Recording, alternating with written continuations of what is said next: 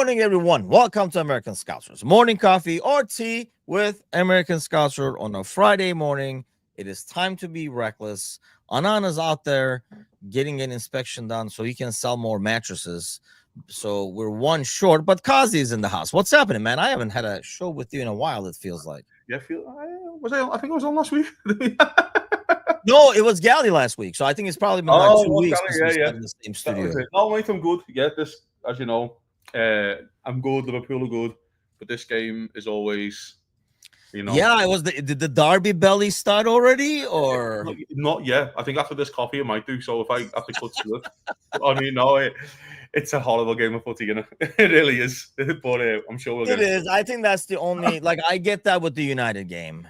And then I get that, obviously with Fenerbahce for the Galatasaray game. But for Liverpool, I get that personally. We talked about this a lot before because of my brother and stuff like that. I get that for the United game, what you get for the Everton game. Because obviously, being from there, your background, your history.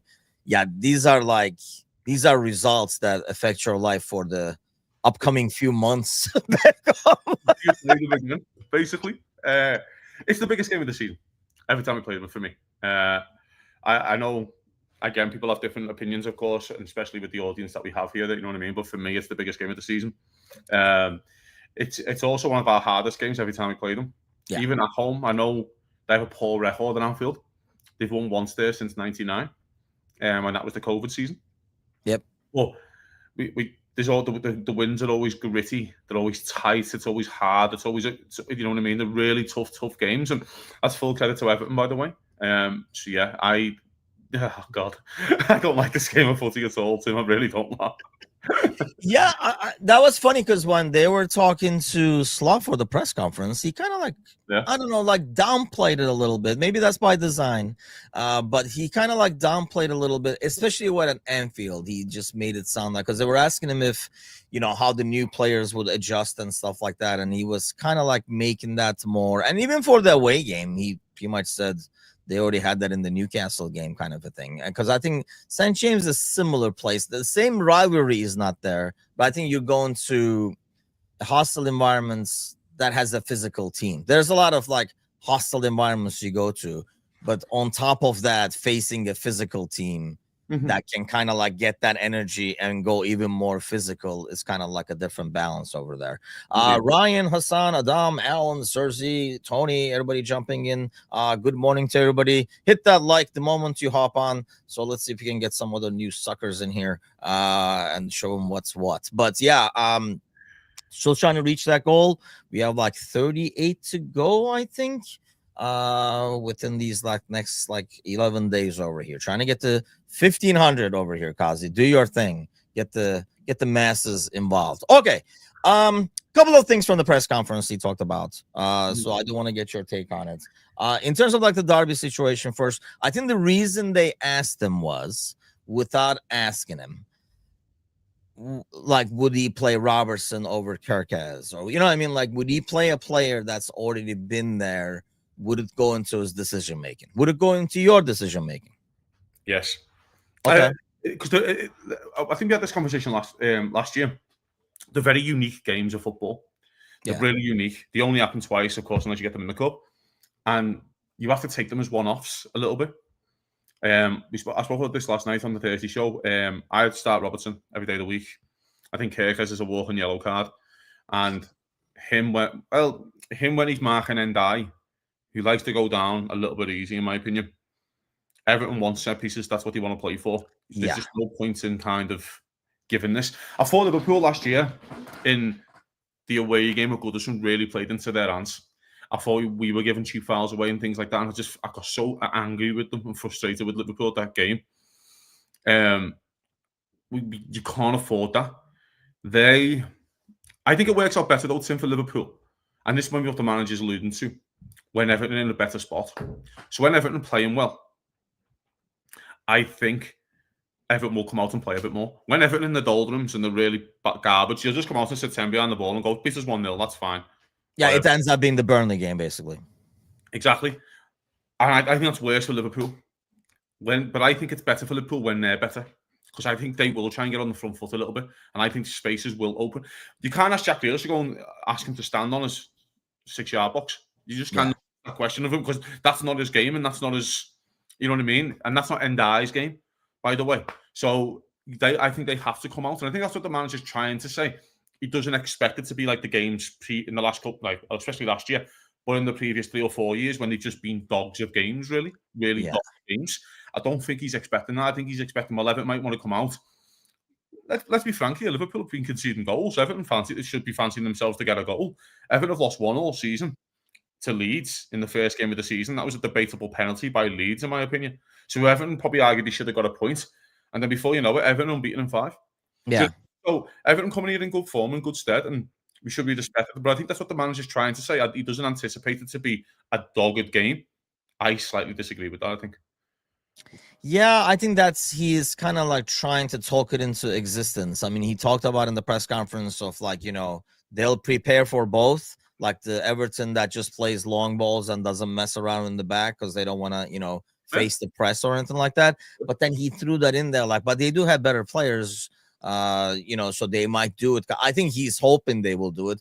What do you think Everton does? What do you think David Moyes does, more importantly? Like, does he, because I think that would be us hustling them in a way if he tries to come to Anfield and actually play, counting on the fact that yes, we concede goals and they have more scoring threats or they can create more than they did probably the last 5 years combined or some shit, like if you take the set pieces away. So do you think he comes out and says, long ball defense will hit him on the counter set pieces, or does he say, you know what, let's have a go at him? Because I anticipate, in the great words of Matush, a bit of both, where I'm kind of like thinking the first 70 minutes or so they sit, and then if it's still tied or within distance, then they open up a little bit. But I don't expect them to come in there and play an open game.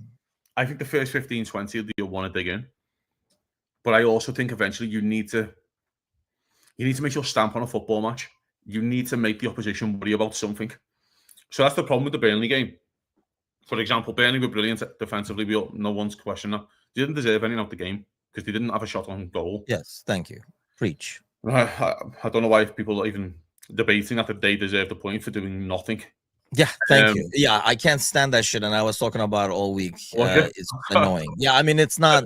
That's not even. They're not even playing. So what's there to do? So the problem is that you need to carry some kind of threat, and Burnley didn't carry a threat at all. So I think Everton eventually will. I think after 15-20, if it's 0-0, Everton will start coming out the shell and try and land a blow. And when I say a blow, I don't mean that they're going to. Of course, they're going to try and score a goal. But if they don't score a goal, what I mean is they're going to want to have a couple of shots, 3 or 4 shots. Look like they can score and put Liverpool on the back foot a bit and make Liverpool think a bit. It doesn't matter if they get in, even if Everton go into half-time 1-0 down, if Everton have 4 or 5 good attempts, and when I say attempts, I don't mean clear-cut chances, I mean like good shots and good chances where they're getting into good space. That gives Liverpool something to, worry about in that aspect. The problem is with the Burnley game, we give nothing to worry about. Liverpool set the centre-half off and put a striker on and had 6 forwards because they were just like, you're not going to score anyway. So you still got to carry a threat in these games. So I think... I don't anticipate Moyes changing anything from what they've been doing. And what they've been doing is playing out from the back a little bit more and playing a bit more expansive. I think he can also... When you're Everton, what Moyes does at Everton and what he's very good at, he sets an example. So he sets standards. So I remember, I've seen 2 interviews now with players of Everton, and he said he walked into the dressing room and went, I don't manage relegation sides. I just don't do that. So basically, he brought the standards up by doing that already. Yeah. I think he can walk into this game and go, lads, with no pressure on us, pressure's on them. We'll just come out and play our football. We can get at these, people score goals against them, and we'll fancy ourselves. I think he actually will do that after the first 15-20 minutes. The problem is, as well, what plays into Everton's hands, it's an early kickoff.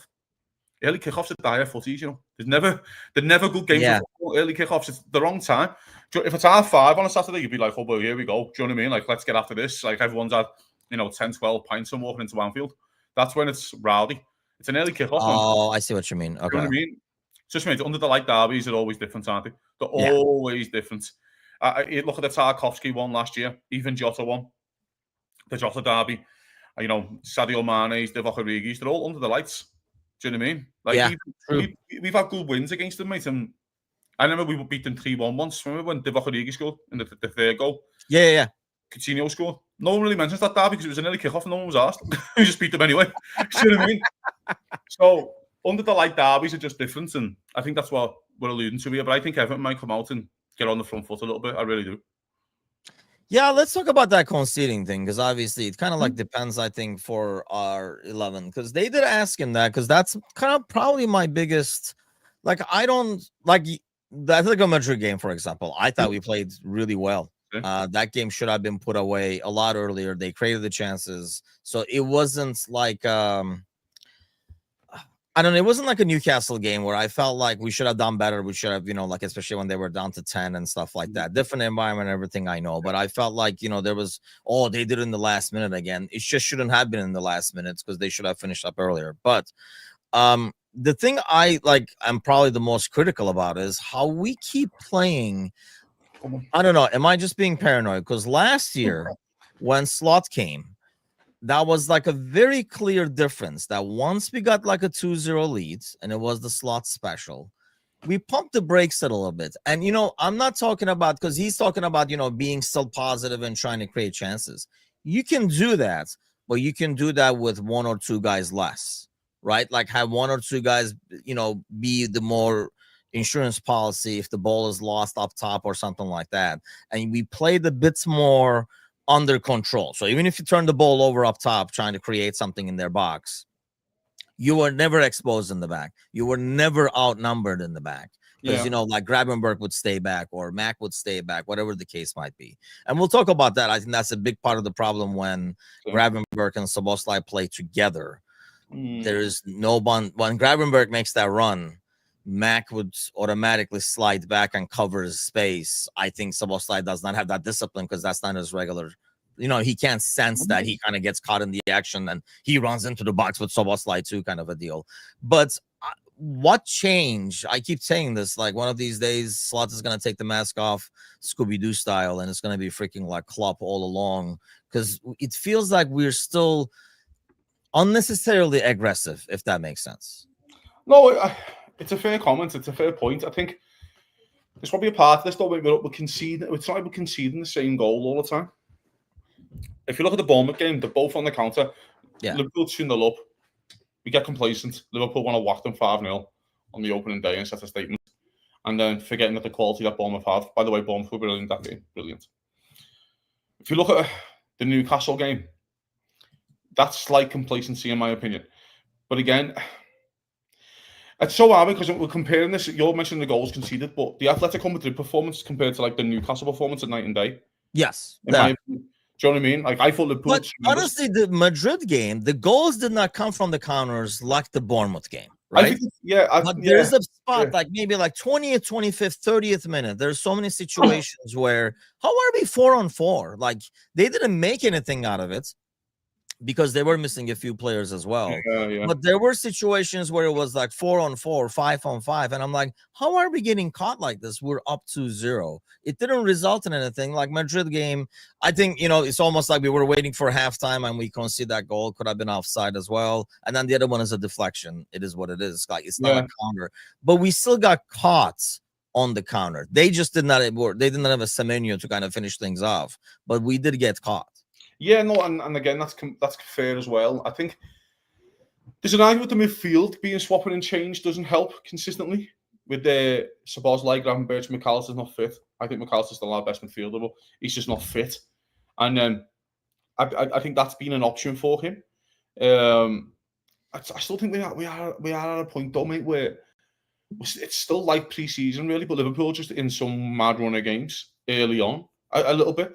Do you know what I mean? Like we haven't really had like a game to get your teeth into where you can sit back and go, okay, we're playing West Ham at home, who are a bag of rags, where Arsenal played Leeds at home, for example. Yeah.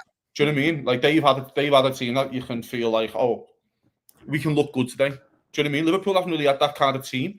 I think Bournemouth are one of the best, most organised sides in the league. I think it's tremendous. Newcastle away was always going to be difficult.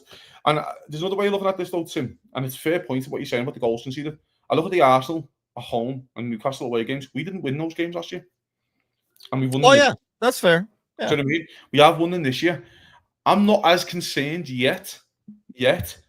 I think if you get if you get out the second international break and it's still happening, I'd be a bit more, this is a thing.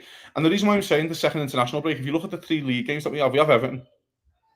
We just said that's a one-off type of game on its own. Crystal Palace away as a league game.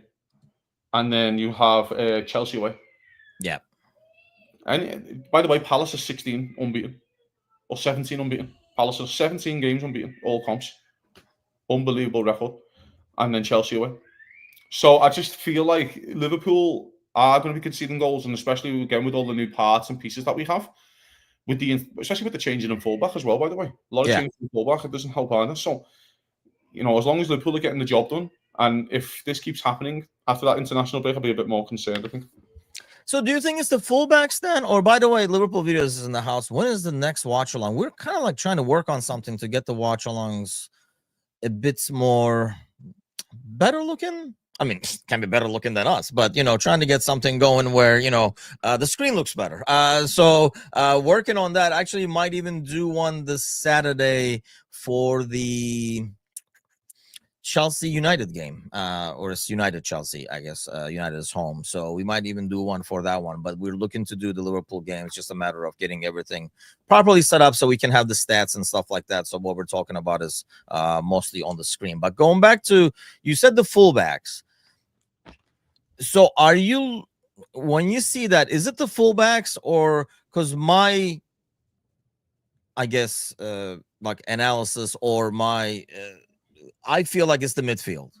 I feel like it's the midfield we were never able to balance, trying to figure out how to get Wirtz in there in his best, which he looked really good against Madrid. So maybe we are slowly unleashing that beast, but getting that midfield balance, obviously having to use Szoboszlai at right back a couple of games and stuff like that. Do you think it's the new fullbacks or different people playing fullbacks, or is it just a matter of, because I feel like that dynamic was a perfect dynamic with, I know you were not, especially you were very critical of Szoboszlai's final third passing, more than passing, decision making, I guess probably we should say. Yeah. But there was that perfect balance of Gravenberch and Mack, where they would kind of watch each other's back. So Mack can make a run into the box, Gravenberch can, but one of them would stay behind, and then you had Szoboszlai.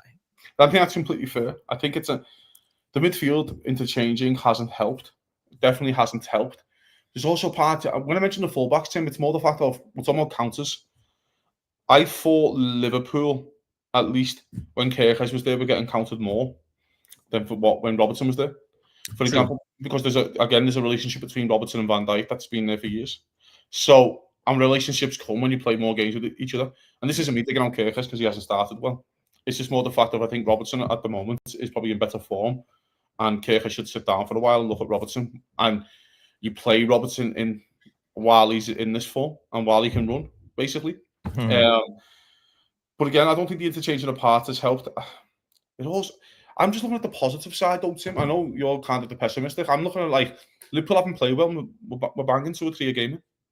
Oh yeah, I mean you can't ask for better. I'm just I'm actually the complete I'm not as negative as normally would be. I don't understand why people are so negative, because it doesn't matter if it's scoring the 92nd minute or the 2nd minute, as long as you win. Exactly, mate. That's all that matters. Winning counteracts everything in football, of course. But again, it is not the biggest concern right now. The biggest concern is getting the other players up to speed. I thought it was Wirtz's best game against Atletico. I thought he was great. But I thought he was great second half against Burnley.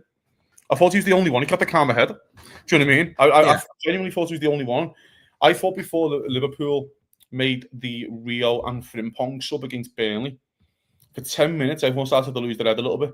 And it was only Wirtz who kind of still wanted to get on the ball and still play his passes and kept it moving.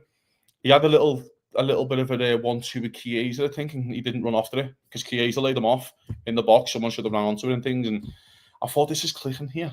And I thought it's starting to click as well with Isaac. So when that happens, Tim, I just think Liverpool, in certain games, will just take 70% of the ball. I think that's another part of this as well. Liverpool probably giving up more possession than they would like in these games. Take out Burnley. Burnley's one of its own in terms of the possession stats, but I think Atletico had 45% of the ball. I think Liverpool, when you're 2-0 up at home, don't want the other team to have 45% of the ball. Yeah. Do you know what I mean? You're 2-0 up in 8 minutes. I don't think Liverpool, you know what I mean? But I think that will come with control of the game. I'm not as concerned right now, but if you if Liverpool go and concede 2 against United after the international break, I'll be pulling my hair out, but there we go. You know, especially because they're a bag of rags. So you know what I mean? There we are. A couple of things that with the players. Okay, let's talk about Kerkez, because maybe at least the criticism I see on him is slightly fair, because it has been some poor performances. Yeah. I do give it to him still, almost like trying too hard to make an impact. He wants to be that, like, I mean, this is just me guessing, but he wants to be more like that, the Robertson impact, the Trent impact we had in the past. Like, like in terms of contribution to the score and making those runs and stuff, as opposed to just playing his freaking game and, making those runs when the opportunity is there and not just making it just to make it and stuff like that. Arsenal game, he was really good at, obviously. Burnley, I don't think he was bad, but he gets that rash challenge, like that dive. He gets the yellow and a horrible dive. And then, like you're saying, he has that rash challenge in him. So I think it's a very smart and, kind of like courageous move for Slot to pull the plug that early and say, you know what, I'm not rolling the dice with this. Yeah. Like, where do you see it going? I know you said like Robertson, but we've talked about this in the past. You can't play Robertson.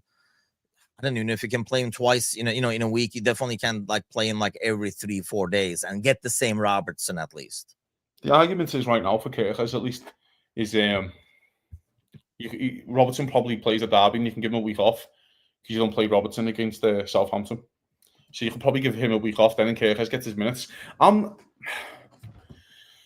a Kerkez doubted a little bit. I'm not writing the kid off, far from it. It's far too early. The kid's settling in. Yeah. He's a young lad. He's only played, season and a half or whatever it is in the Premier League, at least when he's been half decent. I actually thought he was pretty good for an hour against Arsenal, to be honest.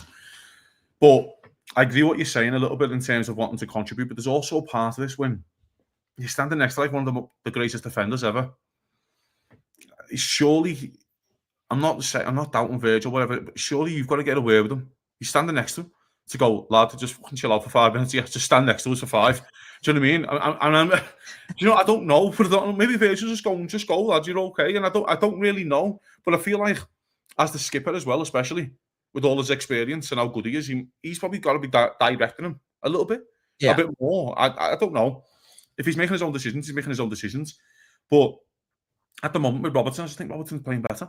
I'm not writing Kerkez off, right? I know I've given him some stick, but I think I give all players stick, by the way. I give everyone stick. Salah's been poor.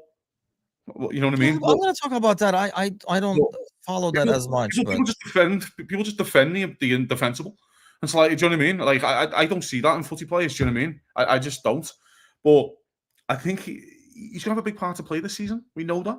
He's going to have a big part to play. There's lots of football to play. He's going to get his minutes. But I also don't think Robertson's going to give up his place that easily. Robertson's going to come in and play well, which he has done. Yeah. And say, no, you got to earn it back. And this is how footballs work. And by the way, this is how successful football teams work. They get given an opportunity to take it. Because I'm actually at the stage probably when you might get round Christmas that Rio will be starting Premier League games. I'm not in my head. I think Rio will be starting Premier League games this season over Gakpo. I think he's, you know what I mean? That's just my opinion. I think Gakpo's bang lucky right now. I think Gakpo's bang lucky right now that Rio didn't play 12 games last year. Because if Rio played 12 games last year, I think he'd be starting. Do you know what I mean? Because I think the manager rates him that highly. But again, I think we've got to take it easy with him a little bit. And I'm the biggest culprit because I just don't. The Burnley game frustrated me so much from him. It's such a ridiculous thing to do, the dive. In a VAR area, that's him. A VAR, it's like, I felt an army back. Come on, fella. They must have laughed at the VAR when they looked at that one. Oh, mate. Even when he said it to Slot was like, well, there's no need for you to basically go over like that. Do you know what I mean? I basically said it to him. Do you know what I mean? But again, so I was really frustrated with him.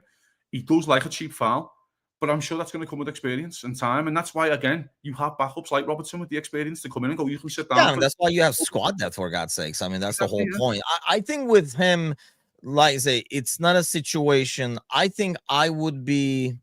I mean, I know about you, like with Kerkez, if he came from, I don't know, the Portuguese league, right, and played how he played so far, you could maybe say, oh, he's not up to the pace of the Premier League. It's going to take him time and stuff like that. I think coming over as the Premier League left back of the season, you kind of expected almost like no time for him he should be slotted right in because he was already in the Premier League and stuff.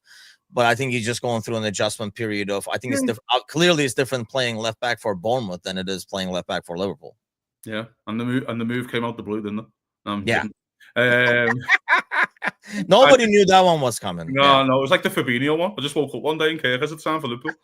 And again, we'll give him some time. We'll give him a break. Everyone's a bit of everyone hasn't really been unbelievable this season. You could argue Van Dijk has probably been our best player this season, at least. Who would you say has had good seasons for us? I mean, Van Dijk, Gravenberch? Yeah, Ekitike. Yeah, that's a good one. But I thought he was poor when he came on against Atletico. Szoboszlai. I mean, you have to put Szoboszlai up there. No, Szoboszlai. I thought he was man of the match against Atletico. I thought he was unbelievable against Atletico. Give me that centre midfield performance every week, please, and there'll be no qualms with you at all. So I thought he was great as well. It probably proved that we should never play him right back again. The Atletico Madrid game, he shouldn't be playing right back. He just shouldn't be playing. I don't care what people say. The balance when Bradley's on the pitch and Frimpong of having a proper right back is a joke. We look like a different side, look like a different outfit attacking. I think the problem is how many minutes those guys have. I don't think that was like a tactical decision. It was more like a health decision. He probably is the third choice right back now, isn't he? He probably is the third choice right back because you can't risk Gomez playing right back and running up and down the line. You got to risk him centre exactly. Yeah, so he's probably third choice right back, and that's fine. I just think, he was brilliant against Atletico. So Liverpool have a lot of options, mate. And Liverpool, I think he said today, the manager, that we're fully fit. Everyone's back and everyone's fit. He learned a new word, which is interesting. He learned the word fray. Is he back in the fray? Yeah, I like how he said, is that a Scouse word? No, just an English word? Like just an English word. But he's like, oh God, yeah, he's back in the phrase, which is quite funny. But yeah, mate, I'm super excited, mate. I can't wait. I love it. The more things, because you just mentioned it too. Like, is it just me? Because I don't watch these games and say, man, Mo is horrible this season. But it feels like that's everybody's takeaway. Has he set like a ridiculous bar? Yeah. That everybody is like, I mean, I don't understand that. Like every time I turn on like ESPN or Sky Sports or something, they're talking about Mo and like how he has not been himself and stuff. I mean, seriously, like he's not gonna have hat trick every game. I don't understand the ridiculous over-the-top expectations. And he even talked about it today. I know Mo is that kind of player that you can't afford to take out because it takes him one moment to, win you the game and get you the 3 points, with an assist or whatever. I mean, he does play that ball to Rio at Newcastle. He does have his goal. He has his goal like on freaking like against Atletico Madrid and stuff. Like, is it just me? I just don't see a Mo that's like poor or bad, like not his best, but I don't like watch a game and be like, man, Mo was shit again, like everybody's doing. I just don't get it. For me, it's more, I judge Mo, apart from his goals and things, when his first touch is right. It's when his first shot and when they fly the ball into him, it's just bouncing off him. And that's when you're like, that's when I get frustrated with him. And I thought it happened a couple of times this season when he hasn't made the ball stick a little bit. But is that again because let's face it, dude, there are some ridiculous, and we've all played this game. There are some ridiculous balls going there and he brings it down sometimes. Like, dude, how the hell? Like, that's not an easy ball to. Again, is it a bar that he has set? Now, when he can't do that, we're like, you're Mo. You should be able to bring that down. The typical Mo Salah game is the Atletico game. He scores a goal when he's got 3 defenders on him. Really strong, powerful, holds them all off, slots it. And then he goes 1-on-1 with the keeper and it's the post. And you're like, you scored the harder one, scored the easy one. You've done that. You just done a really hard thing to do in a football match and then you get the easy one. I just think he hasn't really been himself. And I kind of mentioned this last night. When he scores the pen against Burnley, he's nearly in tears. And I kind of thought to myself, you forget what happened in the summer for some of these lads. And I don't really want to. It's not an excuse, of course, and you know what I mean. It shouldn't really be treated like that, but it could be. There's reasoning behind things in life, and life isn't always a straightforward line. There's bends in the road, and maybe some of these lads are being affected by it more than others. Do you know what I mean? In terms of a player like Mo Salah, who was with Diogo for his whole Liverpool career. Do you know what I mean? And it's, you know what I mean? Probably super close to him, and I've had special moments to him. You know what I mean? I do think that could be a thing as well. The Burnley game really hit me. Because if you watch the penalty back and watch the celebrations and watch just Mo, he's nearly in tears. Robertson, if you look at the pen back on the inside Anfield on YouTube, Salah scores the pen and Robertson looks up to the sky and does this. He's Scottish. Do you know what I mean? He hasn't I'm sure I've never seen him do it before. Do you know what I mean? So but you get those players, of course, who are uber religious, like Ali and Firmino, and that who do something like that. I like, oh, you said he's Scottish, like he's from like a different planet or something. Do you know what I mean?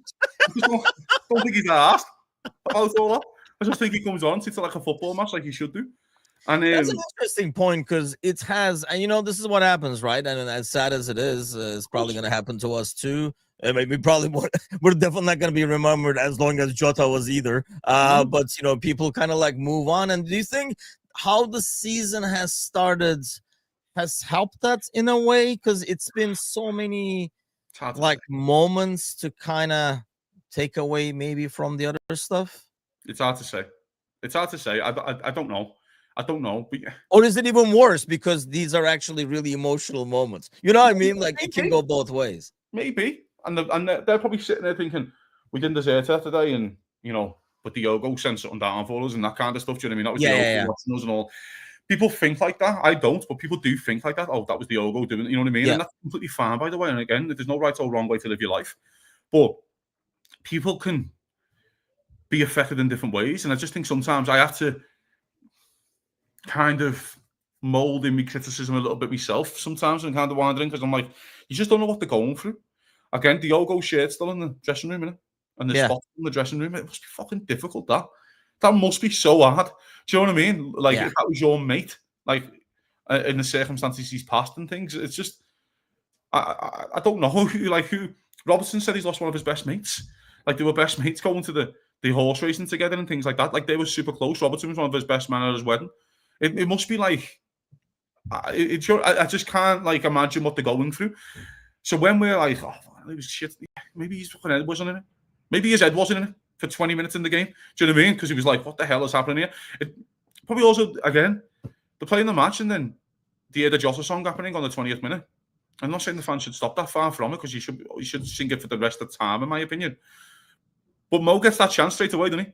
If he cuts inside and nearly scored. I think he only whipped that because he wants to score on the 20th. I haven't seen him whip a shot from that corner in so long. And he just whipped it thinking, I'm going to score on the 20th here. Do you know what I mean? To have a moment. I just think sometimes we need to put everything into context of what the lads are going through what they still could be going through. They're not machines. You know what I mean? They're far from it. They're probably in games. Don't forget me, they're in games when they're 2-2 thinking, fucking hell, let's have Jota off the bench now. Do you know what I mean? Like, I mean, he even said it at the Bournemouth game. Like, that's the moment that he would throw. Like, I mean, and you know, the irony is Chiesa comes in, and you know, Mr. Barrett says definitely watching over us with delay finishes. I mean, yeah, I'm not a huge believer in that either, but I know what he's saying. Like you said, there are a lot of people who do feel like that. And Mo's religious. We know this. Mo's uber religious. And yes, those like Kanate and players like that, they're all uber religious, and they've lost a friend. And we really need to remember that. We've lost a friend in terrible. I mean, it's odd because it is slightly forgotten, right? I mean, you hear the song every 20th minute, but it is slightly forgotten because you kind of get into the pace of things, even with the international break and stuff. That's a good point that it kind of like went by the wayside. But I think even despite all that, I do not see a Mo to the point. I mean, he's been a lot more effective than Gakpo. And I don't hear criticism for Gakpo, for example. I feel like we're punishing Mo for the ridiculous bar, the obnoxious bar that he's at. Maybe. I just think Gakpo's been terrible. Like, you know, and Gakpo's bang lucky that, again, Rio hasn't played 12 games. He's bang lucky that Diaz isn't still here. Because he wouldn't be playing. What is one thing, I mean, obviously experience and probably strength, but what is one thing that you think that would give Gakpo more time to hang on to his spot before, you know, you see more of Rio? Option at the moment. I think Rio's the fifth option. I actually now think Rio's fifth choice. I believe so too, yes. So the argument is, of course, it's just getting Rio minutes when you can. The difference is Liverpool haven't been fucking 3-4 up in a game where you can give the kid half an hour. He's probably licking his lips at Atletico Madrid there. Liverpool go make this 4-0 by half time. I can whip this kid on for 45. Because that's what I was thinking. But that's why the Southampton game would be interesting to see if he does throw him on for an hour and or gives him 70 against Southampton and gives him a really big extended period of time in a game. My Rio position changed after Burnley, and because I thought in the game Kyle Walker really wanted to engage with Gakpo. He really wanted to get close to him. He really wants to get tight to him, win the ball off him quick. This is a player, by the way, I know he's 35 now, but he's still super quick, he's still a great right back, Kyle Walker. I don't care what people say. He's won 6 or 7 Premier Leagues. Rio comes off the bench. He doesn't want to engage with him at all. And he thought to himself, he probably thought he could embarrass me, this kid. And I think when you strike that fear into a defender with his experience, who's that quick, I think that's a big deal. You forget that football turf is the old talk. Kyle Walker might be talking to Curtis Jones or whatever, I don't know. But they all might be talking, he's probably going, you have no idea how good he is. We already know Kevin De Bruyne and Virgil van Dijk were best mates, basically lived together, the kids went to school together, and they were in titanic battles in football. But they all talk. Yeah. Kyle Walker didn't want to engage him. He didn't want to know. And like Rio literally was running at him and he was standing right off him. I was like, oh, like this kid's striking fear here. And that to me was a big thing. I think where he's now that 5th choice. And the reason why I'm mentioning this is that the only reason why Gakpo probably is still playing is because of the lack of options. You know, the conversation about doing Vert on the left, I understand it. But I also don't, because Gakpo's got such a good record at Anfield. Gakpo doesn't score away from home. I can't remember the last time he scored away from home. Genuinely, I'd have to pull the stats up. Someone might be able to correct me in the chat if someone can find out for me. When was the last time they goal Gakpo scored away from Anfield? Honestly, it's been so long. I remember he did it against Brighton away in the League Cup, but that was in. Yeah, if you can't remember it, there's no way I'm going to remember it, to be honest with you, because you have like photographic memory with this shit. Maybe West Ham away at Christmas. He might have got one in the 5-0 when we were away around Christmas time. But he had that run of scoring, didn't he? And like he scored like 6 and 8. They were all at Anfield. So his record's so good there. So I think that probably buys him time at Anfield at least. But if Diaz was still there, he wouldn't be playing. And honestly, what helps is probably Rio being kind of fearless himself. It's a bit easier to put fear on somebody when you're kind of like fearless. I mean, he is not, trying to let me not lose the ball kind of a thing. So he's still going at people, and he's been smart about it. Like my biggest concern, having seen him at like the youth levels, was how he would dive in between 3 guys sometimes and trying to come out the other side, because he could sometimes, against like 18-year-olds, 19-year-olds. Now I feel like he is, doing what you kind of like want from that position to do: be aggressive, take people on, spread the D, but then at the same time, not do something silly just to create something and recycle the ball when you have to and stuff. I think I really like his maturity when he goes. Daniel is in the house. Daniel clearly an Everton fan, but good morning to you either way. But yeah, I mean, I'm sure you and Daniel can go on for hours about the good old Liverpool days. But going back to like the Gakpo thing, though, it's not like I want him like benched or anything like that. But Mr. Barrett says some of Kirkus's frustration is actually Gakpo not combining with him well. How much I would go with that going forward, effectiveness wise, but defensively, I don't. I actually feel like part of the reason that you don't get a Gakpo as good up top now, I feel like he's a lot better defending and coming back. Yeah, so do I. I think he's kind of supporting him a little bit more. I think with Gakpo, he's so predictable at times. It's okay to be predictable in football. Ian Robin was predictable. So you can still make a really good career out of it. And Gakpo's still making a good career, by the way. I'm not saying he's a bad player. I actually really, really rate him. But I think sometimes it's nice to have the yin and yang. And that's why I think it worked so well last year between Diaz and Gakpo. They were complete opposites. Yes. One's really quick. One's quite slow and, not slow. I don't want to say ponderous, that's the wrong word, but likes to have a look at his man. Where Diaz like to hold the line a bit more and kind of create width. Also still likes to cut in, but he's cutting in with a bit of a better pace. Doesn't always shoot cutting in like Gakpo likes to shoot when he cuts in. Rio feels like that yin and yang balance a little bit, where Rio just wants to stand his man up and take him on. Gakpo doesn't want to take a man up. And I think that's going back to this game this weekend. They're playing Jake O'Brien probably right back. And James Garner will play left back, because they haven't got a left back at the moment. That's why having a player who can take them on. I think Gakpo will still start left wing. I know that doesn't work for us, but I think having a player who will take them on and run past them in a fullback is really important. And that's why I would do Robertson and Frimpong, because I want Frimpong running past James Garner. I want him that way, and because James Garner is a right-footed centre midfielder playing left back. If you're a right back and you're Mo Salah, you've got to be looking, going, can you just get 20 yards past me that way? And put him in trouble and give me all the space in the world. Do you know what I mean? Let him think. That's what Robertson has to provide down for Gakpo this weekend.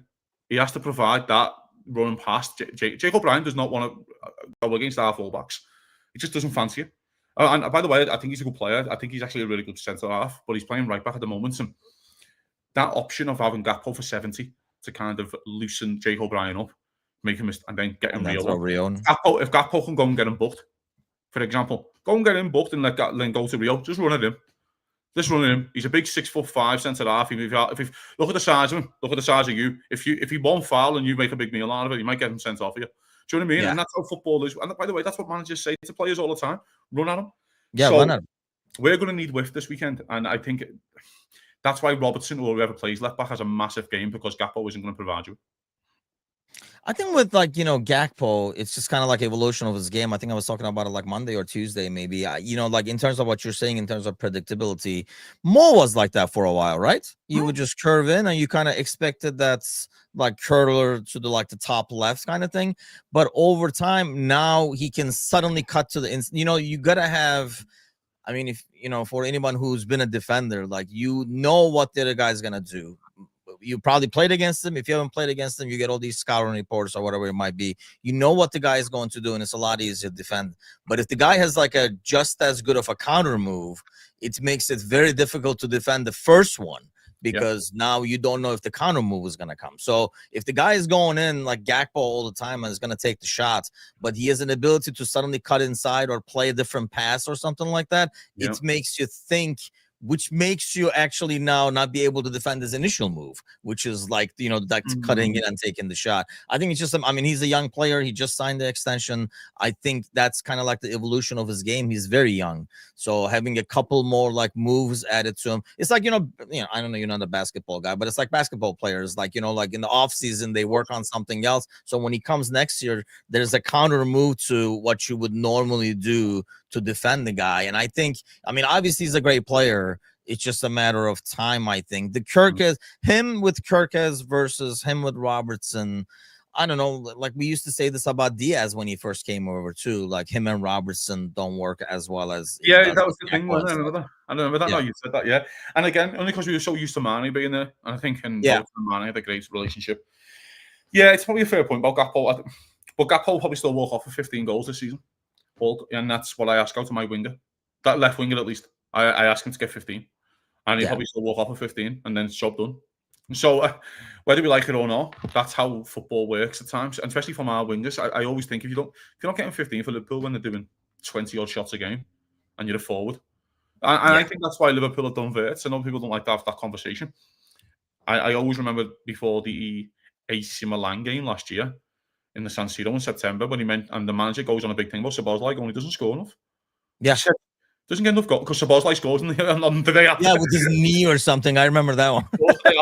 But he mentions it, doesn't he? He says he doesn't score enough. Like, the chances we create, he's not scoring enough. And he doesn't get enough assists. His numbers aren't there, and I think that's why Liverpool have done Verts to go. You've got to go out and get 10 goals, 10 assists. That's your min. That's your minimum this season. Look at the lads you're playing in front of. Look at the two forwards that I've got for you. Do you know what I mean? Like, you're going to be getting assists. You're going to be getting numbers, and I think that's what he wants out of his type of players. Gakpo will still get him 15. If he doesn't get him 15, then, you know, I'm not saying he'll probably have not a great season. Doesn't matter what Liverpool do. Personally, he won't have a great season himself if he doesn't get 15 for Liverpool. Yeah, that's fair. Especially when you're now have a center forwards who commands attention, both of them. And they almost like they're all over the place too. So it creates a lot of like different spaces for you. It's just a matter of like adjusting to that, I guess, as opposed to, you know, your center forward being offside all the time. I'm not going to mention names. Once Isak's match, he did kind of address this when he was asked in this press conference today. Yeah, I don't know what you read of that. I mean, he basically said if they're both on ridiculous form, you got to find a way to play him at the same time. But it did not sound like a guy who is planning on it. It's more like, yeah, we'll come to that when we need to come to that kind of a deal. I mean, let's face it, with games being every 3 days, it does make his life easier in terms of not having to worry about that. Like, well, who's going to play? The other one is not playing at all. Because if you're not playing Sunday, you're playing Wednesday, vice versa and stuff. But do you see a scenario maybe during AFCON where he does actually have to try that, because now you'd have, unless Rio establishes himself and stuff, you don't have like a winger. Probably during AFCON, maybe you'll see a few wild things. But if Salah's back and everyone's fully fit, I don't expect Liverpool to play both of them in front. I kind of mentioned this last night on the Thursday podcast, and I was like, if we bought Ekitike for 15-20 million, will people be saying, well, they have to play together? It's only because of the price. Yep, good point. It's only because of the price. That's why people go, they have to play. Well, because it's un-Liverpool-like for them to spend. Everything this summer's been un-Liverpool-like. This whole summer hasn't made sense. The one sign that made sense was Kirkers. It's the only one that looked like a Liverpool signing. Right age, right profile, had a year in the league. Sound, let's go. Do you know what I mean? Like, everything else has been on Liverpool. So maybe Liverpool are going in a different direction. So, like, Liverpool, and I think, why can't I don't get this conversation really, Tim, and I'm kind of confused on it. Why can't Liverpool have options? Are we not allowed to have 80 million pound players on the bench? I think it's just like it goes back to what you're saying. We're just not used to putting a guy on the bench. That's something City would do, kind of a deal. And then when City did it, we complained and said, "Look at their bench; they have 200 million sitting there." Well, that's why they won 4 Premier Leagues on the bounce and won the treble. So why can't we? Enjoy it. We have it. And honestly, he's been talking about that. I think it was with Sky Sports. I just watched an interview yesterday, like a 10-minute interview he did. And he talks about, the system the club has. Yeah.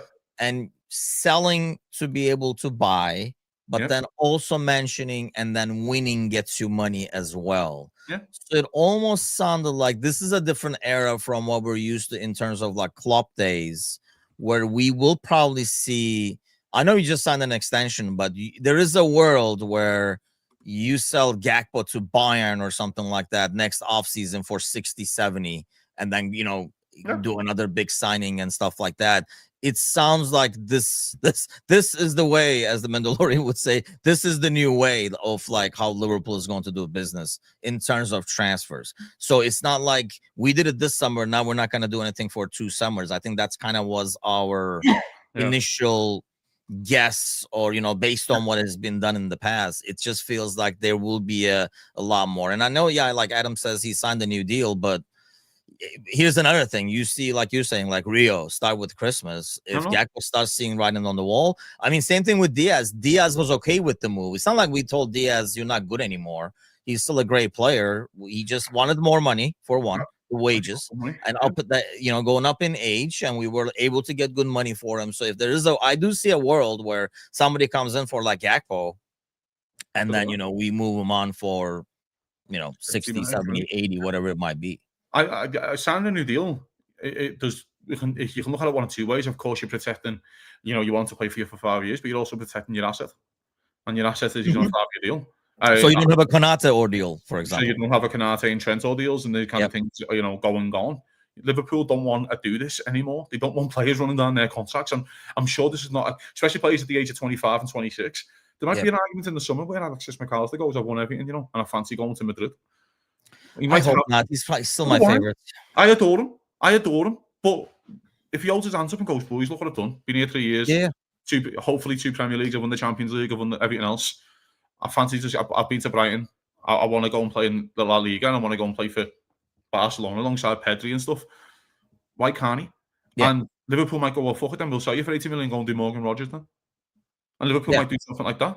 And who's 22, 23. And again, this is, whether you like it or not, and as you just said, winning provides money. And this is what, going back to the Champions League a little bit, I've just checked. You get 2.1 million euros for winning a game in the Champions League in the group stage. 2.1 million euros just for winning it. A game. One fucking game. Liverpool got Carabao at home. How much for just showing up? Is it like, what does the loser get, I wonder? Like 700 grand just for being in the... Yeah, just showing up. That's what I'm saying. So that's why, I know, and again, whether we like it or not, Liverpool go out and win 8 games in the Champions League in the group stage. I know they lost the last one, PSV, last year, but they won 7. It's 20 odd million euros. Yeah. It's like 17 million quid. It's a lot of money. Do you know what I mean? And again, that goes back to, I think you only get like 300 or 500 grand for winning the League Cup. So, this type of stuff is a thing. I think you get 3 million quid for winning the FA Cup. We want to win trophies. I understand this, but the club's a business, and unfortunately, that's how they're run. But it sounded like, Slot was said, you want to spend money, make some money, you'll get to spend it. Yeah, of course. That's like the vibe I got, the way he presented how the new system, like this is how this club works, kind of a thing. And that was one thing. Like, we will sell, like you need the income coming in one side if you're going to have the outage. But then when you win, it brings money. So that almost counts as incoming as well. Maybe. Yeah, of course. I think it counts towards the thing. If Arne Slot can sit there and goes, hey, I got to the Champions League semi-final and we earned over 60 million euros off it or something. I think that should be a part of his bargaining tool when he sit down and try and arrange a budget. Do you know what I mean? Of course, I think that is a point. But again, I just think with Liverpool at the moment, I think they've looked at the other two clubs, especially with the Klopp and things like that. And Liverpool went, we could spend 400 million on the Jurgen Klopp, but City could still win the league. When I think Liverpool have noticed a little gap where they've noticed the weaknesses in City, the chinks in the armour, and same with Arsenal. I went, well, this could be our era of dominance. Do you know what I mean? This could be our era of dominance, and where we go big and they can't catch us. But again, we could still spend 400 million and not win anything under Klopp because City was so good. And that's not Klopp's fault. Of course, Klopp was a freak of a manager. It's just because Pep Guardiola at the time. I feel like Klopp's methods and his philosophy would not want to spend 400 million. Because that would not make you the underdog, or that would not make, you know what I mean? I just get that. That's a fair comment. I think that's a very fair point. I think his argument is, though, if you were Jurgen, he was left short a few times. Whether we like it or not, he was left short at times. And we probably all agree with that. And I understand his loyalty. I get that argument. But I do think, and that's where the manager's coming from, he was left short. But I just think with this manager, I just think they were very much like, it's time for the big freshen up. It was time for the freshen up. It wasn't his squad of players, and this manager deserved the right to go and get his own squad of players and go and get forwards who he thought. It would have been interesting if Liverpool didn't win the league on what they would have done. Yeah, I was just thinking that, like, how it would go down. And they didn't, you know what I mean? And they went, you know what, Liverpool would have got over 90 points, in my opinion, if they didn't take the last 4 weeks off. So they've still got a 90-point squad. If we keep the core nucleus together, what Liverpool would have done. But again, that's something for the owners and Michael Edwards and Richard Hughes to kind of answer that question for us. But again, it would have been interesting, mate, wouldn't it? But yeah, I don't know. It just sounded like either way, this summer was going to be the summer. And that was kind of like the discussion last summer. Like, hey, we're going to roll with what we got, and then we'll sit down, and then you want to help your cause, win stuff, and that will kind of like bring more money to spend. Should we have a big chat about these games this weekend? Actually, on the way out, let's talk, because there's I'm really into these games. Coming up. United Chelsea. Let's start with that one, because we might end up doing a live watch along, like I say, with my brother and hopefully a couple more other contributors over here. What do you think? I don't know. I know, that's why it's so cool. I have no idea either, because I can see, because I think on paper we look at it and we're like, oh, Chelsea will get him. But it's Old Trafford, and I don't care what you say, it's still a tough place to go. I can see United coming out and like winning this thing too, because I don't think Chelsea as like stable and established as they would like to be. So it's a team that you can have. Let me ask you this question: who do you want to win? Yeah, I was actually talking with my brother on the Rival Bros on this. I can go either way. I'm okay with a draw. It's like some comedy goals. Get off the fence. Get off the fence. Get off the fence. If I need someone to win, who do you want to win? I know you. Come on, man. I think I would like. I would enjoy. It would just make a better Rival Bros for me if United loses. But and that's fair. But I want the Ruben Amorim train to keep on going. There's that too. Exactly. He has to win a game eventually, doesn't he? He has to win a game to keep on trucking along this wonderful train. I'm into the game. I don't know who's going to win. I think it's the most United thing ever to go out and beat them 2-0. Yeah. In a weird way. Just because they were in the Champions League on the Wednesday. Chelsea, they're not used to playing 3 games in a week before people say, oh, the Conference League. Stop it. They're not used to playing 3 proper games in a week. And we don't know. And they also played the Club World Cup. Eventually, legs might fall off. They might start looking a bit jaded. I just think we were talking about this before it went on air. You don't even consider Chelsea as a threat. No, not even close. To establish that. Okay. You can't win with that keeper and goal. You cannot win the league with the keeper and goal. Liverpool proved this. I always go back to this. People talk about 13-14 and Gerrard slipping all this, but if you actually look at the whole season, look at the goalkeeper and goal. Yeah. You don't win the league with a bad keeper. Who's the worst keeper to win the Premier League? It's probably Kasper Schmeichel, and he's a great keeper. So, like, I'm being genuinely serious though. He's probably the best. Do you know what I mean? Like, that's how I look at it. So Chelsea are not an option to me. And to you, if they would have signed Kelleher, I know they were linked with is it Maignan out of AC Milan? They were linked with him earlier in the summer. They were, yes. Mike Maignan, and he signed a new deal. If they would have signed him, I'd be a lot more worried. But keepers win your points. But I think United might win. You know, I can't believe I'm saying it, but I think United might win a football match. I think so. I know Edip is a believer, and I think they can. It would be a very United thing to do. Yeah. It would extend the Emeram experiment, I think, because I don't know if there's a couple more poor results in here. He is already pulling a Mourinho and doing the press conferences, begging to be fired. Oh, he wants to be sacked, doesn't he? I've never seen a man more wanting to be sacked. I've never seen a fella who's aged 15 years in a year. He looks like he's aged so much. His head just fell off. He's like, I can see him like reading a book that says like how to get fired and get compensation by Mourinho, and he's like in chapter 3 already. Is that midfield the worst in the league, or one of Casemiro and Ugarte? Is that the worst midfield two in the league? It's up there, you know. It's that they put Fernandes in there though. That's the other thing. Like Casemiro didn't even play, I don't think, in the last game. I think he came off the bench or something like that. They're trying to make the laziest dude in the laziest midfield player, but a good 10, to be fair. They're trying to make him a defensive midfielder. I mean, I saw like a crazy stat. I was watching a video that he is by far the guy who has created the most chances from midfield in the league over the last, I don't know, 5 seasons or something crazy like that. Like by far, not even close. And that includes like Mo and stuff in that as well. But is he because he's the only one who can create chances in the whole team, where Liverpool have other players who can create loads of chances?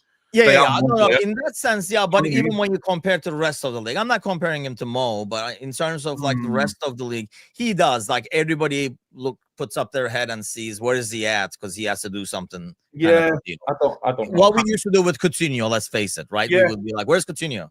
Yeah, he's gonna do something, shoot or pass or something, and then we would just give him the ball. I think he's in that role kind of thing where everything goes through him. They're so poor. They're so bad. They're like genuinely so bad. That Ugarte is the most funniest player in my. I've never watched a funnier player, and I love watching funny players. Do you know why? Because he goes well Sporting Lisbon. He goes to PSG. They don't rate him. Get rid of him to United. The manager who made him play well is now there, and now he doesn't want him. The manager who got him the move, basically. Is that because his level where he could play was Sporting and not the Premier League? Yeah, of course. He hasn't got the legs. He's so slow. He's so slow. Like, I don't understand. That's why I like the Mbeumo signing, and I like the Kuna signing, because sometimes you just need to go out and just get serviceable Premier League football players and go, he can do a job for me for a few years. And that's what Kuna Mbeumo can do. And I know they paid big money for them and all this, but listen, the going rate for forwards are 50 million. It's the going rate for a forward anywhere. Do you know what I mean? You look at Newcastle bidding 50 million for Stan Larsen because of a 1-year loan at Wolves. That's the going rate for a striker. Yeah. So, but sometimes it's just good, mate, to go out and get a serviceable midfielder and just go heal. When Liverpool signed Jose Enrique, for example, I always think about that. He's the serviceable left back. Just come in left back for 3 years and we'll figure it out. Yeah. And he came in. He was fine. He didn't pull up any trees. He was just a fine little left back. Do you know what I mean? And then he moves on. You can do that. And you can do it with that Liverpool team. Yeah, but this Liverpool team... It was stick out like a sore thumb right now. But that Liverpool team is the same as this United side in that Oh, yeah. Okay. I'm not saying you can't do it with this Liverpool team. Absolutely not. Fucking hell. Okay, that's right. Okay, I get you. In that United team, though, you could just go out and just genuinely pick around the league and go, should we just go and make 4 or 5 signings out the Premier League? I would have done Dewsbury Hall for 30 million if I was United. I know I'm the biggest fan and whatever you like, but he's a very, very good fit midfielder and he's worth 30 million quid. Can't we just sign him? Do you know what I mean? And just look at midfielders like that around the league. They try to do Baleba. Of course, Baleba has potential to be a top player, but he's 70, 80 million. Sometimes you're just going to kind of go and do João Gomez out of Wolves for 50 million and go, come in, be a serviceable midfielder. Do you know what I mean? So I just think when the position United are in, That's what they would have been better doing. But also they left it too late to sell a goalkeeper.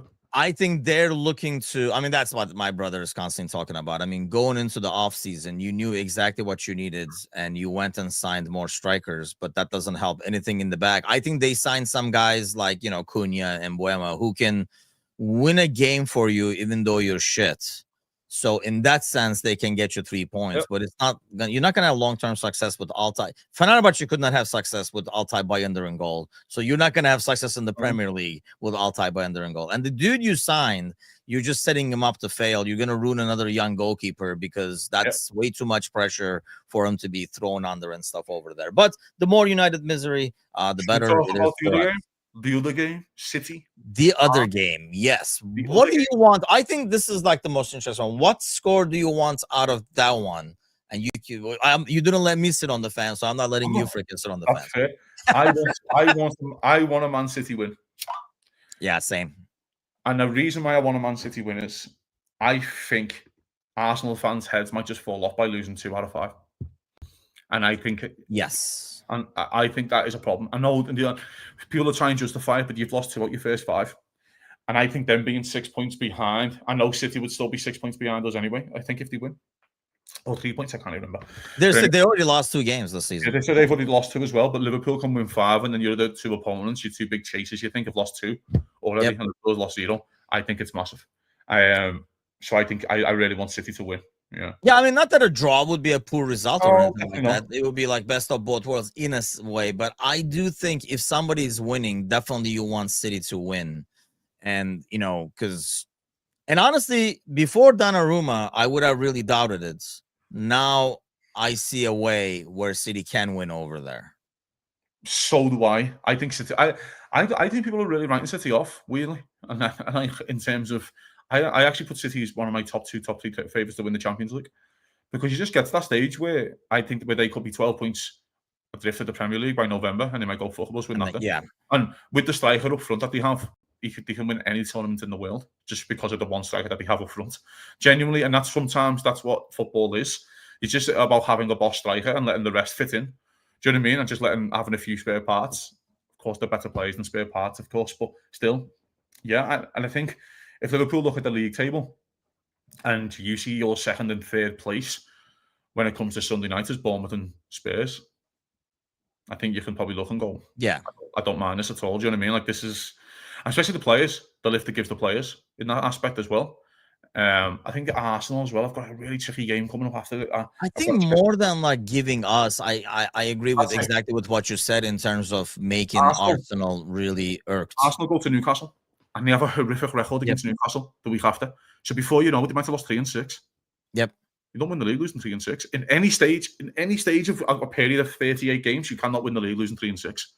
So it's you know what I mean? And I just think putting that doubt in the mind a little bit could be really, really big early on. Adam says, I mean, I agree to that. Like, if we take care of business on Saturday morning, first thing, obviously, it kind of like sets the scene. But I still think it's kind of like way too early in the season for the other team's results to add pressure. But it can really, if we do not take care of business, I can see it also giving Arsenal additional boost, saying, yeah, we really have to win this. Let me follow on from that, though, because that's a great point, because I used to think like that a little bit, but I think football's changed when teams have started getting over 90 points and winning the league. I think Liverpool would have got 90 points last year if they needed to get them. I think they would have. If they needed to, correct. I agree. So I think there's only 114 points to play for, and Liverpool potentially are already 6 points clear, and they've lost 2 games. And if we're expecting Liverpool to get over 90 points, before you know it, Arsenal have got to win. Out of the next 33 games left, they've probably got to win 28. Yeah. Well, you've lost 3 and you've lost 2 and 5. Do you know what I mean? I just feel like the margin for that is getting so small, such small at him, that it probably does start to count off the pressure. There's also the pressure on the Arsenal team, especially. Maybe not Liverpool, because Liverpool can sit there comfortably and sit with their feet up on Sunday and watch the game, which is fine. But I think the pressure on Arsenal builds so much, especially for the fans. If Arsenal aren't winning on the 70th minute, I think the fans will be losing their mind if Liverpool win. Yeah. And I think that's the biggest thing we have that we don't have against, like, City does not have that. I think City is not as fragile as Arsenal is because obviously of recent history. But Arsenal fans, the stadium can turn on them pretty darn fast. Oh, you sound good. You've lost your sound. Really? Am I the one? Because it looks like I see the green bars. Oh, I don't know. I was like, I see the green bars. But no, like my thing was, lost my train of thought now. No, like with Arsenal, I think we do have that on our advantage. They're a lot more fragile. Like I would not feel the same way with City, whereas they can kind of like come back and not be affected, including the stadium, including game day. Like that's, and this has been Arsenal's problem and it will probably be until they win. That stadium can turn on that team pretty darn quick. Correct. And I think that's why it's so the margin's getting tighter. And I think that's why Arsenal, I predicted Arsenal to finish fourth because I just thought the heads might fall off if they go out and lose to City and then Newcastle beat them, which is, by the way, not unheard of for Newcastle. If you go to St. James's Park and win, it's fucking difficult, we know. Yep. And they are their bogey team. I don't want to say it's all done for them because it's not, far from it. But my God, Liverpool have given themselves such a big leg up. Do you know what I mean? By the way, Liverpool go to Palace next weekend. They were unbeaten, 17 games, all comps. Crystal Palace are. People forget that. No one's talking about it. Palace are unbeaten, 17. And Liverpool go there next week. So a draw isn't the end of the world for Liverpool. But it affords Liverpool a draw. Liverpool can take a draw and go to Arsenal. Well, you go to Selhurst Park and win. You go there. By the way, we went to Newcastle and won. So you've got to go to Newcastle and win. Yep. Do you know what I mean? It's about giving what Liverpool can do in these next 2 week game weeks. I'm sure we'll talk about this next week. If the cards align and Liverpool beat Everton and say City win, you give yourself a margin for error. It's not the end of the world to draw the Palace. Yeah, that's true. That's a good point. That's a good point. Having said all that, Having said all that, with the Derby belly, what are you predicting tomorrow? Just win, please. For the love of God, win. Just win the fucking football match. I don't care how you win. I'll take another 98th minute winner. Actually, I prefer another 98th minute winner. I don't want a 5-0. I want a 98th minute winner. I want them to have all the hope in the world. Why? Because the hope kills them. I know it's more fun when it happens, after it happens, but until then, it is really painful. You wait for Liverpool's last minute winner in that new ground when it's right by the sea and they all jump in at the end of it. Like that's it, just head first in. I think Liverpool win 3-1. I think they'll score. The Timucin special. I'm going with that as well. I think this is going to be one of the games. I don't go for a clean sheet, like a set piece or something like that, but I do think we do win this one, and I hope so. I really love the fact, by the way, that he didn't make a point of mentioning that it was an early game, but he did not make a stink or an excuse or anything out of it. Because honestly, I think this is the first one we had in a long, long time after Klopp left. So there's that, and I kind of like that. And I was actually just looking at that for next week. They both Newcastle and Arsenal, because they have midweek games as well, but it's again to lower level teams. I didn't know if like one of them was playing a Premier League team and the other one was not. So that game at Newcastle next week will be a really, really tough away game. Mr. Barrett, Adam is going with 4-1, 3-0, Wirtz goal and assists. Yeah, I mean, that's a nice dream scenario right there. But yeah, let's get the 3 points. I agree. I'll suffer the pain if I have to, but let's get the 3 points and then just kick back and enjoy like a really good weekend. We were talking about it, like Brighton, Tottenham and stuff. There are a lot of good games to just kick back and watch. But to be able to kick back, you got to win the first game. Otherwise, it's just going to irk me all freaking weekend. That's win this one, and then I can kick back. If I don't, I'm going to strangle you. So please just win this one.